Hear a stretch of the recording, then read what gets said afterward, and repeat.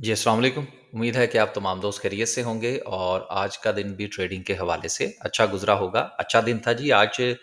पहला सेशन जो था मार्केट का वो यकीनन देखने में अच्छा लग रहा था। सुबह के वक़्त मार्केट जो थी वो अच्छी ओपन हुई। सारी मार्केट में ही थोड़ी-सी सूरत-ए-हाल थी, लेकिन एक्सपीरियंस की बुनियाद पर अगर मैं बात करूँ तो आज का दिन जो पहला सेशन था, उसमें सूरत-ए-हाल जो थी वो काफ़ी डेंजर से मुराद ये थी कि कोई स्पेसिफिक मूव नहीं थी किसी सेक्टर के अंदर कि जिसमें बहुत बड़े वॉल्यूम जनरेट हो रहे हों या कुछ बहुत ज़्यादा पॉइंट्स जो हैं वो ऊपर-नीचे हो रहे हों, क्योंकि बेसिकली जो ट्रेडिंग अपॉर्च्युनिटीज़ निकलती हैं ना, वो हमेशा उतार-चढ़ाव से निकलती हैं या किसी डायरेक्शन की वजह से निकलती हैं। वो चाहे डायरेक्शन अपवर्ड की हो या डाउनवर्ड की हो। ये मैं छोटा-सा यहाँ पर बताता चलूँ, फिर आगे इंशाल्लाह कैंडलस्टिक पर बात करेंगे। ये आप देख लीजिए, ये पूरा आपके सामने ये जो फ़ेज़ है मार्केट का, इसमें आप देख सकते हैं कि मार्केट में कोई ख़ास मूव नहीं है। तो जब मूव नहीं ना होती मार्केट में, देखने को तो ठीक है मार्केट पॉज़िटिव है जी, अच्छी ओपन हुई है। लेकिन हमने ये देखना होता है कि मार्केट में मूव है कि नहीं है। तो मूव उस वक़्त होती है जब उतार-चढ़ाव हो। तो उतार-चढ़ाव बिल्कुल नहीं था, स्टैग्नेंट थी मार्केट। ऐसी मार्केट में नुकसान क्या होता है, जब इस किस्म की सूरत-ए-हाल होती है? साइडवेज़ मूवमेंट कह लीजिए इसको आप। चाहे वो छोटे टाइम फ्रेम पर हो या बड़े टाइम फ्रेम पर हो, उसमें स्टॉप लॉस बड़े हिट होते हैं। वजह क्या है? वजह ये है कि लोगों की जो कीपिंग कैपेसिटी होती है ना होल्ड करने की, वो बहुत कम हो जाती है। वो समझते हैं लो जी अभी मार्केट अब गई नीचे, अब गई नीचे, तो वो उनकी कोशिश ये होती है कि बस निकलो और यहाँ से फिर दोबारा देखेंगे कि क्या सिचुएशन बनती है।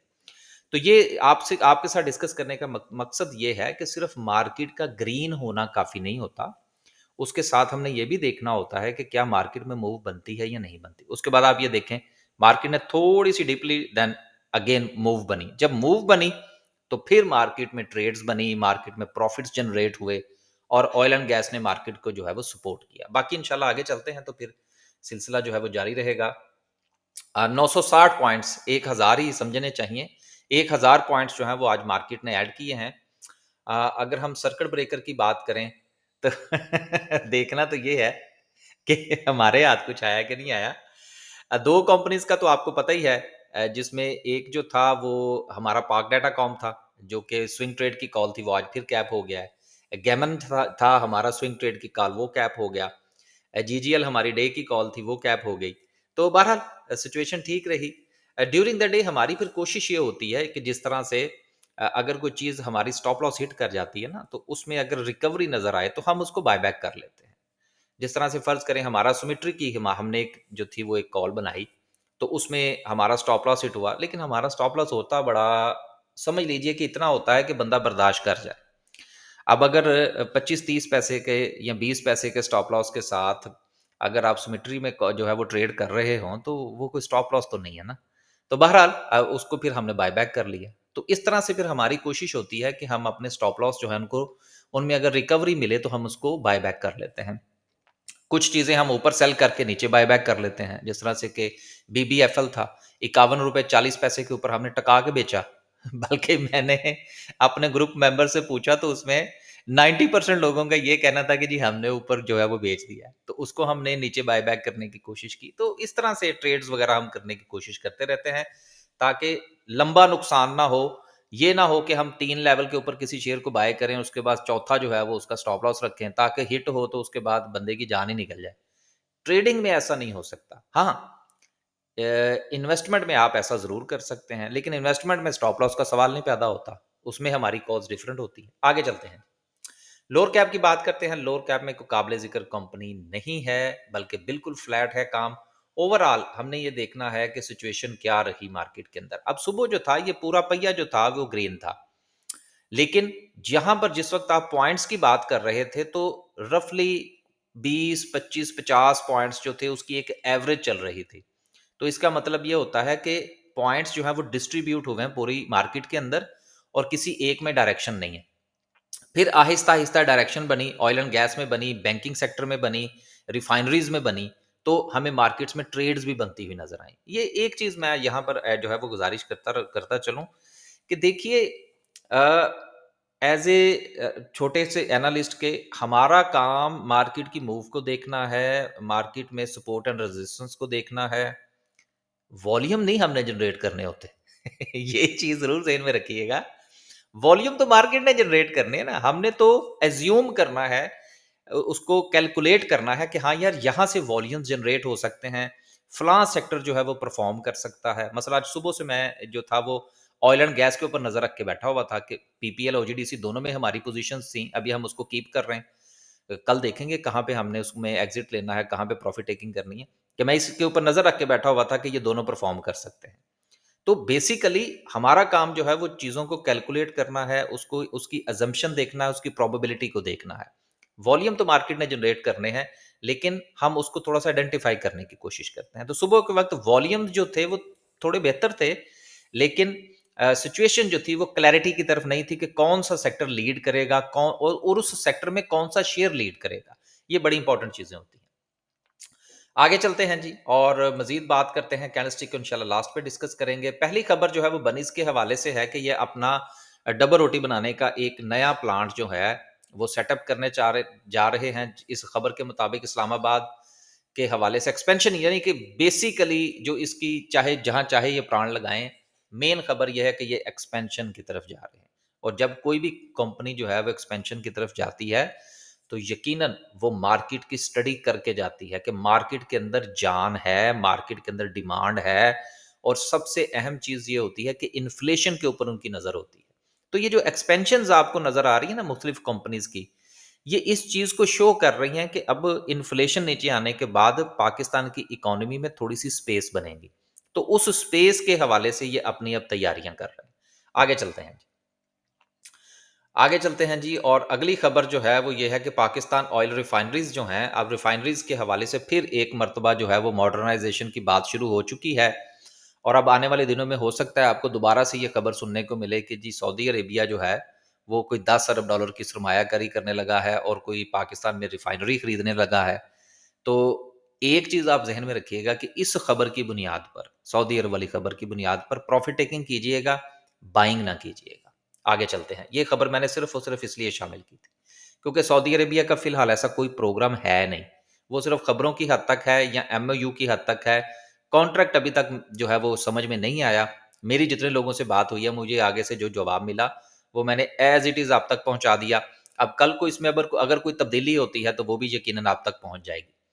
अगली खबर जो है वो ये है कि आईएमएफ जो है उसने पाकिस्तान को पुश किया है कि जी ये मामला जो है, एक तो डिस्कोज़ का जो हमारी डिस्ट्रीब्यूशन कंपनीज़ हैं इलेक्ट्रिसिटी की, और उसके साथ पीआईए के मामलात जो हैं, इनको जल्द अज़ जल्द जो है वो निपटाया जाए। तो पीआईए के हवाले से तो जो मैंने पहले भी आपके साथ जो खबरें शेयर की थी कि बजट से पहले मामलात को निपटाने की तैयारी है, लेकिन मुझे ये होता हुआ नज़र नहीं आ रहा। हो सकता है ये थोड़ा बजट के बाद चला जाए। लेकिन इससे शेयर के अंदर फ्लक्चुएशन पैदा होगी, उससे आप ज़रूर फ़ायदा उठाइएगा। देखिए, जो खबरें होती हैं ना, मैं बार-बार एक चीज़ आपसे गुज़ारिश करता हूँ, यार खबरें ना है उनको हतमी ना समझा करें कि जी वो मैंने खबर पढ़ी थी कि जी वो तो बजट से पहले हो जाएगा, अब ये बजट से बाद की तरफ चला गया है। यार आप ट्रेडर हैं, जब आप ट्रेडर हैं तो फिर बस ठीक है ना। मसलन मैं यहाँ पर एक छोटी-सी बात ऐड कर दूँ, पिछले दिनों हम लोग एसएसजीसी में ट्रेड कर रहे थे, प्रीमा में भी हमने बड़ा ट्रेड किया। अच्छा, एसएसजीसी में ट्रेड किया तो कमेंट में ही था किसी बंदे का, वो मुझसे पूछता है जी कि मैं एसएसजीसी का क्या करूँ? तो उस दिन तक जो था वो एसएसजीसी से हमारी कॉल जो थी वो रफ़ली कोई 15% का प्रॉफ़िट ले चुकी थी। तो मैंने उससे कहा, मैंने कहा यार 15% का प्रॉफ़िट जो है वो दे रही है अब, और इससे ज़्यादा आपने इसमें से क्या निकालना है? यानी कि आप ट्रेडर हैं तो फिर वॉरेन बफे ना बनने की कोशिश करें आप, कि जी ये जो है ये डबल हो जाएगा। वो डबल वाले फिर यार वो हौसला भी तो उनके पास डबल वाला होता है ना, वो फिर चीज़ों को होल्ड भी तो उतना ही करते हैं ना। बात कहने का मतलब ये है कि आप ट्रेडर हैं तो फिर ट्रेडर की मेंटालिटी के साथ चलें। अगर इन्वेस्टर हैं तो इन्वेस्टर की मेंटालिटी के साथ चलें। फिर ये ना कहा करें कि जी वो मैं उस शेयर में फँस गया हूँ। अगर आप फँसे हैं तो इसका मतलब ये है कि ना आप ट्रेडर हैं, ना आप इन्वेस्टर हैं। सिंपल सी बात है। लोग बड़ा माइंड करते हैं इन बातों का कि जी ये ना कहा करें। ओ यार यही मसले मसाइल हैं। अगर यही डिस्कस नहीं करने तो फिर तोता मैना की कहानियाँ तो हम हर रोज़ ही आपको सुनाते हैं, वो सुनते रहें फिर। अंडरस्टैंडिंग नहीं आएगी फिर उससे। आगे चलते हैं जी। अगली खबर जो है वो पाक चाइना एग्रीमेंट है जो कि सीपैक को अफ़गानिस्तान तक लेके जाएगा। मैंने ये खबर इसलिए शामिल की, उसकी वजह ये है कि चाइना जो है वो इस वक़्त हमारी सुलह करवाना चाह रहा है अफ़गानिस्तान के साथ, मसाइल हल करवाना चाह रहा है, और उसका सबसे बड़ा फ़ायदा ये होगा कि हमारी जो सरहदें हैं ख़ास तौर पर, वो एक साइड से अगेन महफूज हो जाएंगी जिस तरह से कि कभी हुआ करती थी। और हमारा सारा का सारा फोकस जो है वो इंडिया की तरफ होगा। और हमारे यहाँ ये जो हमारे सरहदी इलाकों के अंदर जो लॉ एंड ऑर्डर की सिचुएशन है, जो कि हमारी इकोनॉमी के ऊपर भी असरअंदाज होती है, उससे भी बहुत छुटकारा मिलेगा। उस तरफ इंडस्ट्रियलाइजेशन होगी तो हमारी इकोनॉमी ग्रो करेगी। और बॉटम लाइन ये है कि अगर इकोनॉमी ग्रो करेगी तो स्टॉक मार्केट ग्रो करेगी। ये बड़ी अहम चीज़ है।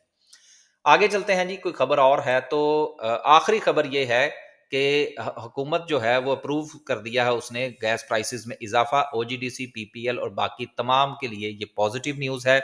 हम तो पहले ही ओजीडीसी, पीपीएल जो है उसको कीप कर रहे हैं। ओजीडीसी ने तो 2-3 दिन से हमें जो है वो स्टैंड स्टिल पे रखा हुआ है। 2 दिन से खासकर कुछ नहीं ट्रेड हो रहा था, तो हम भी लेके बैठे हुए थे, देखते हैं क्या बनता है।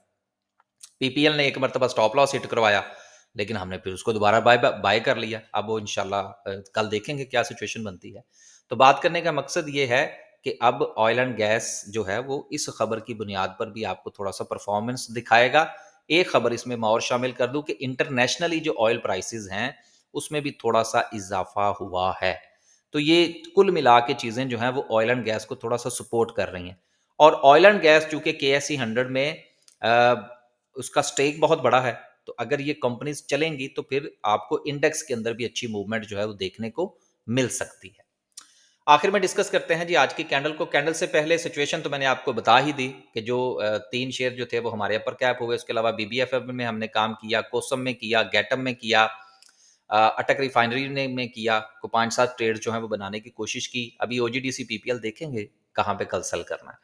हमारे 3 ग्रुप्स हैं, लेकिन 3 ग्रुप्स के हवाले से क्लैरिटी होनी चाहिए आपको कि आपने कौन-सा ग्रुप जॉइन करना है, अगर आप ग्रुप जॉइन करना चाहते हैं।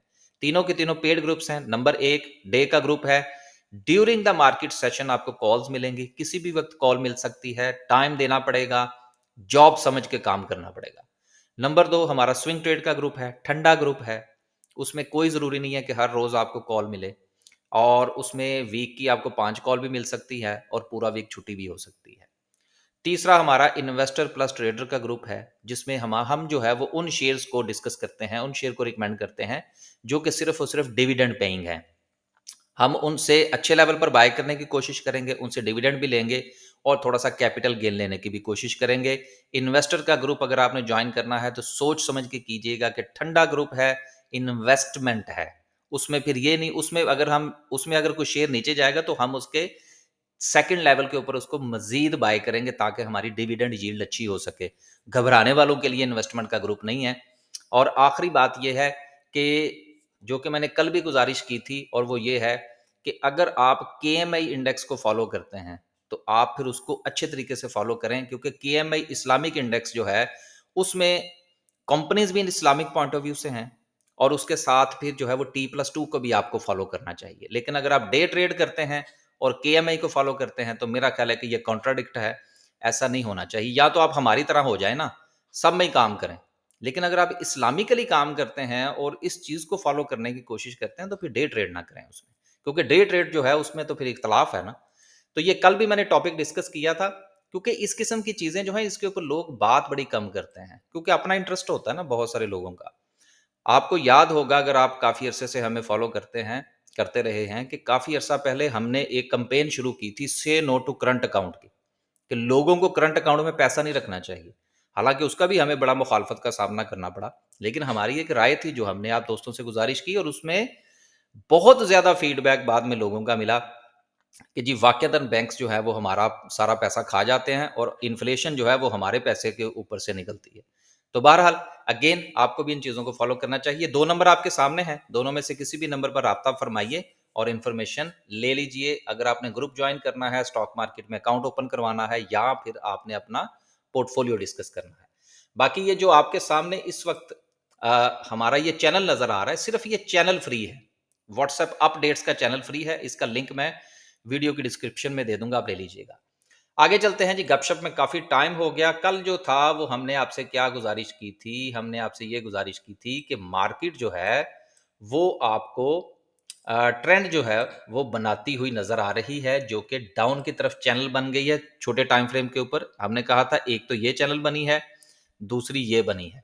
तो बेहतर तो ये है कि अगर ये ब्रेकआउट दे तो देन आप इसमें ट्रेड करें। तो ज़बरदस्त हुआ, आज इसने ब्रेकआउट दिया, यकीनन आपने भी ट्रेड ली होगी। अब जो है वो नेक्स्ट क्या करना है? अब नेक्स्ट आपने ये करना है कि सिंपल सा, सिंपल तो खैर नहीं है ये तो हमारे यूट्यूबर्स का, जो लोग यूट्यूबर्स हैं, हम तो खैर है नहीं, क्योंकि हमसे तो वीडियो सही तरीके से नहीं बनती।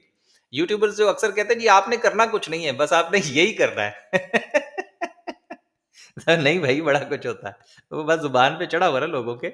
तो ये था हमारा एक ट्रेंड, अब ये आ गया दूसरा। अब मामला जो है वो इस तरफ को निकल गया।